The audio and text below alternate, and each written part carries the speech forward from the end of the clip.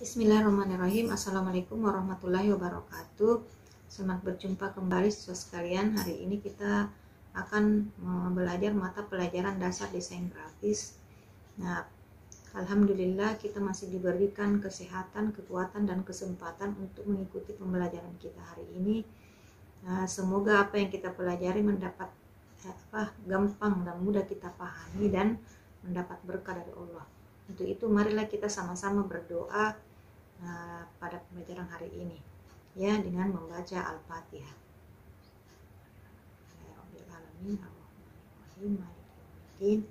Iyyaka na'budu wa iyyaka nasta'in. Ihdinas siratal mustaqim. Siratal ladzina an'amta 'alaihim ghairil maghdubi 'alaihim waladdallin. Pada pembelajaran kita hari ini kita masih akan membahas kelanjutan dari pembelajaran kita sebelumnya, yaitu mengenai unsur-unsur desain grafis. Sebagaimana yang kita pelajari bahwa unsur-unsur desain grafis itu ada beberapa hal, yang antara lain adalah garis, warna, tipografi yang sudah kita pelajari sebelumnya ya. Dan sekarang kita akan membahas unsur desain grafis yang lain, yaitu tentang bidang dan ruang. Untuk mempersingkat waktu kita, marilah sama-sama mengikuti materi hari ini. Apakah yang dimaksud dengan bidang di dalam unsur desain grafis? Yang manakah yang termasuk bidang dalam desain grafis? Kompetensi dasar pengetahuan mendiskusikan unsur-unsur tata letak berupa garis, ilustrasi, tipografi, warna, gelap terang, tekstur, dan ruang. Nah, adapun indikatornya adalah yang bagian terkecil yang akan kita pelajari, yaitu menjelaskan unsur-unsur bidang dan gempal. Kemudian keterampilannya menetapkan tata letak unsur-unsur bidang. Nah, pengertian bidang. Bidang adalah suatu bentuk yang berukuran dua dimensi, yaitu ukuran panjang dan lebar. Jadi dia itu berupa bidang, ada bentuk yang berukuran dua dimensi.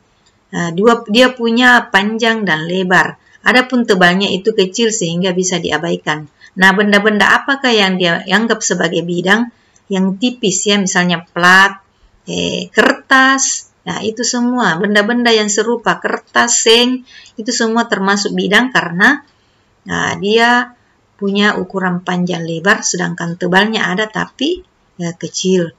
Aplikasi susunan bidang dapat dilihat saat orang menyusun tegel atau keramik ya, lantai maupun dinding. Penyusunan lempeng batu alam pada dinding, menyusun pecahan mosaik, menyusun foto di dinding ataupun menyusun lukisan, yaitu semua menyusun tata letak dari suatu bidang. Misalnya lantai, kita tukang menyusun keramik. Kemudian di dinding ya, menyusun pecahan mosaik, itu biasa kerajinan, menyusun foto di dinding. Raut bidang atau bagaimana bentuk bidang. Raut bidang terdiri dari geometri, non-geometri, dan gabungan geometri dan non-geometri. Bidang geometri adalah bidang teratur, contohnya segitiga, segi 4, segi 5, segi 6, segi 8, lingkaran, dan lain sebagainya seperti gambar berikut. Ya, ini di bawah, ini segitiga, persegi, segi berapa ini? 1, 2, 3, segi 5, ini segi 6, dan seterusnya, lingkaran, elips. Nah, itu bentuk bidang ya, punya ukuran panjang lebar tapi tebalnya diabaikan. Kalau bidang non-geometri itu bidangnya secara bebas. Dapat berbentuk bidang organik, bidang bersudut bebas, bidang gabungan, dan bidang maya. Ya, ini semua bentuk-bentuk bidang non-geometri, tidak beraturan. Berikutnya raut bidang non-geometri. Itu tadi ya, masih geometri. Kalau ini non-geometri, bisa dilihat bidang-bidang yang dibatasi oleh garis lengkung-lengkung bebas, bidang bersudut bebas. Ya, ini bentuk lope, ini semua disebut bidang non-geometri. Nah, ini bersifat maya, yaitu bentuk bidang yang seolah-olah meliuk-liuk, seolah miring, membentuk seolah terpelintir, ada lipatan seperti gambar berikut. Ini adalah bentuk yang bersifat maya. Raut bidang gabungan geometri dan non-geometri. Raut bidang gabungan merupakan segala bentuk alam. Ini dapat disederhanakan menjadi bentuk bidang dengan raut geometri, raut non-geometri seperti misalnya rumah, pohon, kuda, gitar, dan lain-lain. Nah, ini termasuk raung bidang gabungan geometri dan non-geometri. Ukuran bidang secara nisbi atau relatif hanya ada dua, yaitu luas dan sempit. Ukuran bidang yang sama dapat tampak luas manakala diletakkan di area sempit, dan akan tampak sempit jika diletakkan pada area luas. Jadi dia maksudnya relatif ya. Kalau ukuran, misalnya suatu benda, kita letakkan pada bidang yang luas, maka dia akan kelihatan kecil. Tapi kalau dia diletakkan pada ruang yang kecil, maka dia akan terlihat luas atau besar. Itulah yang dimaksud dengan ukuran yang secara nisbi atau relatif. Interval tangga raut bidang. Interval tangga bidang merupakan tangga bidang di antara dua bentuk bidang berkontras. Misalnya, nah ini semua yang ada di bawah ini merupakan interval tangga raut bidang. Jadi dia berubah-ubah secara beraturan. Ya, ini. Itu namanya interval. Interval tangga ukuran bidang, ukurannya yang berubah. Yang bidang sudah kita pelajari dulu di garis. Ya, garisnya berubah-ubah ukurannya. Kalau ini bidang, bidangnya semakin kecil ukurannya. Namanya interval. Interval tangga arahnya lagi. Arahnya yang semakin condong, akhirnya rebah. Nah, inilah tugas kita hari ini, yaitu menggunakan perangkat lunak yang sudah kita install minggu lalu, yaitu CorelDRAW ya. Nah, jadi tugasnya adalah dengan menggunakan perangkat lunak yang saudara kuasai, yaitu CorelDRAW X7, susunlah bidang geometri persegi 4 yang disusun berulang dengan ukuran yang sama seperti contoh di bawah ini. Luas bidang gambar yang digunakan kurang lebih 10 x 14 cm. Ya, ini adalah tugas kita. Ini saja ya, yang dua ini sama yang ini. Ya. Saya kira materi kita hari ini selesai ya. Silakan mengerjakan tugas bagaimana biasanya dengan tepat waktu di-upload di Classroom. Ingat dengan menggunakan CorelDRAW X7 atau yang lain, bisa juga X2, bukan X7 ya. Nah ya, sesuai dengan yang diinstal di laptop masing-masing. Nah, berikutnya adalah mengenai unsur bidang gempal ya. Apakah yang dimaksud dengan gempal? Gempal disebut juga sebagai volume, merupakan bentuk yang mempunyai 3 dimensi, yaitu dimensi ruang yang terdiri dari panjang, lebar, tebal.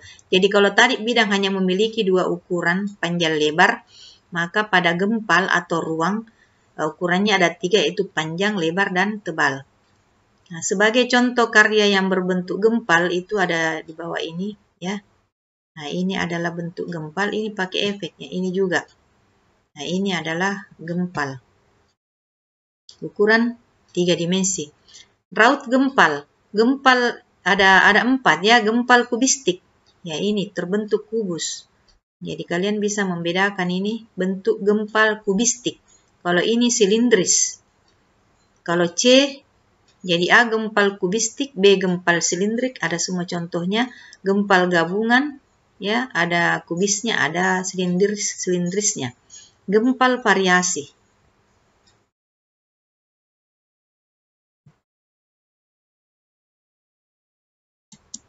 Berikutnya tata rupa gempal, susunan repetisi. Ya, jadi gempal juga bisa disusun. Yang pertama, susunan repetisi. Susunan gempal dengan raut yang sama. Ya, jadi dia sama, sejajar. Bentuknya sama. Susunan transisi. Nah, sama halnya, jadi disusun tetapi bentuknya berbeda. Ada lingkaran, bola, ada kubus, ada limas. Susunan oposisi. Ya, susunan kontras yang bertolak belakang. Jadi dia agak berlawanan. Ya, jadi kalau misalnya ini juga termasuk contoh dari susunan oposisi yang di bawah ini. Ya, jadi dia seolah-olah berlawanan, ya, bertolak belakang. Ukuran. Ya, ini adalah ukuran. Setiap bentuk titik garis bidang maupun gempal memiliki sebuah ukuran. Ukuran bisa berupa besar, kecil, panjang, pendek, tinggi, rendah. Ukuran tersebut bersifat relatif. Ya, jadi kita sudah pelajari tadi ukuran relatif ya. Kalau dia diletakkan di dalam ruang yang besar, maka dia akan nampak kecil. Tapi kalau benda itu diletakkan dalam ruang yang kecil, dia akan nampak besar. Kemudian tugas keempat, yaitu ini ya, kita buat ya 2 saja ini, dengan menggunakan Corel. Ya. Jadi saya kira untuk pembahasan gempal, bidan dan gempal, demikian ya, dan dilengkapi dengan tugas. Saya harap siswa sekalian dapat melaksanakan tugas dengan baik, ya, agar nilainya bisa tuntas. Ya, tidak ada yang perlu diremedial, sehingga kalian tidak akan repot.